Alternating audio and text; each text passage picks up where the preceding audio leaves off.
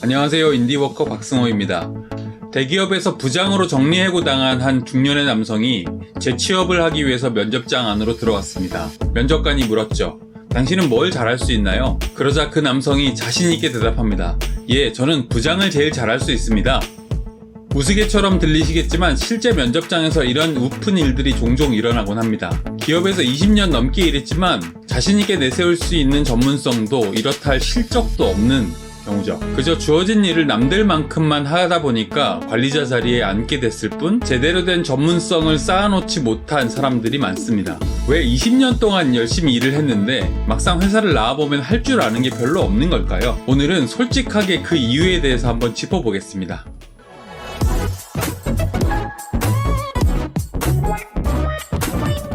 하는 거예요. 제가 재능기부 차원에서 복지관 같은 데서 강의를 하는데요. 거기 기초생활수급 대상자, 정부에서 보조금 받는 분들이 오시는데 조건부 수급이라는 게 있습니다. 와서 교육을 들어야지만 돈이 나가는, 그러니까 경제생활을 할 수 있는 능력은 되는데 안 하고 있는 분들을 위한 교육인 거죠. 제가 정말 놀랐던 것은 거기 와 계신 분들 중에 대기업 직장을 생활을 하셨던 분들이 적지 않다는 사실이에요. 이분들이 약간 특징이 있어요. 옷도 좀 말끔하게 입고 오시고 자꾸 제가 강의를 하고 있으면 저한테 자꾸 태클을 걸어요. 나중에 이제 쉬는 시간 가서 이제 인사드리고 잠깐 여쭤보면 이제 대기업 출신들이 적지 않다는 거예요. 그러니까 보통은 이제 퇴직금 받아서 나와서 할 줄 아는 건 별로 없고, 그러니까 식당을 크게 차려서 망하거나 뭐 이렇게 뭐 어떤 사업을 해서 망한 케이스들이 대부분인 거죠. 그러니까 20년을 넘게 일을 했지만 자기가 자신있게 내세울 수 있는 전문성도 없고 눈에 띄는 실적도 없어서 그렇게 흘러가는 겁니다.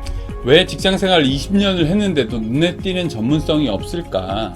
제 생각에 직장생활을 하는 방식에는 두 가지가 있기 때문이라고 믿습니다. 첫 번째는 직장생활을 프루빙하는 것, 자신의 능력을 입증하는 것에 초점을 맞추는 거예요. 이런 사람들은 자신이 남들보다 더 낫다는 걸 끊임없이 증명하고 포장하려고 하죠. 그래서 자기의 능력이 8인데 10으로 보이고 싶어하고, 그러기 위해서 자꾸 자기를 드러내고 승진이나 보상에 민감하고 매사에 경쟁적이죠.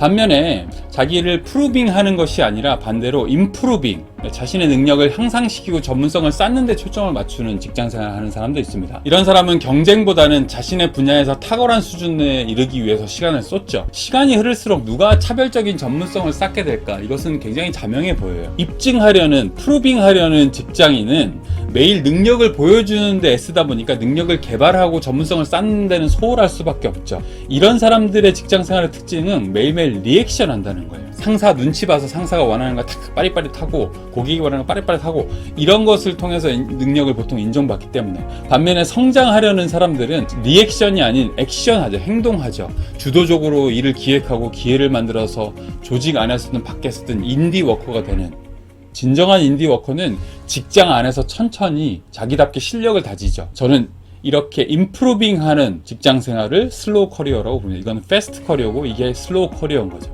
인디워커가 되려면 슬로우 커리어를 추구해야 됩니다. 속도가 아니라 방향에 집중하는 커리어. 높이 올라가는 상승보다는 실력이 깊어지는 깊이를 추구하는 커리어가 슬로우 커리어입니다.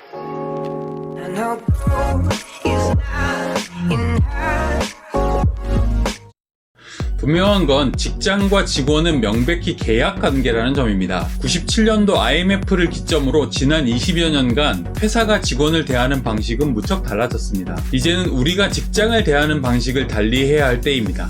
회사를 다니는 동안에 직장에만 집중할 것이 아니라 나의 직업을 만드는 데 집중해야 합니다. 직장에서의 성공이 아니라 내 직업에서 성공하기 위해서 지금의 직장을 어떻게 활용할 것인가, 이것에 대해서 진지하게 고민해야 할 시점입니다. 왜냐하면 어떤 직장도 나를 보호해주지 않기 때문에 오직 탄탄한 내 직업만이 나를 보호할 수 있습니다.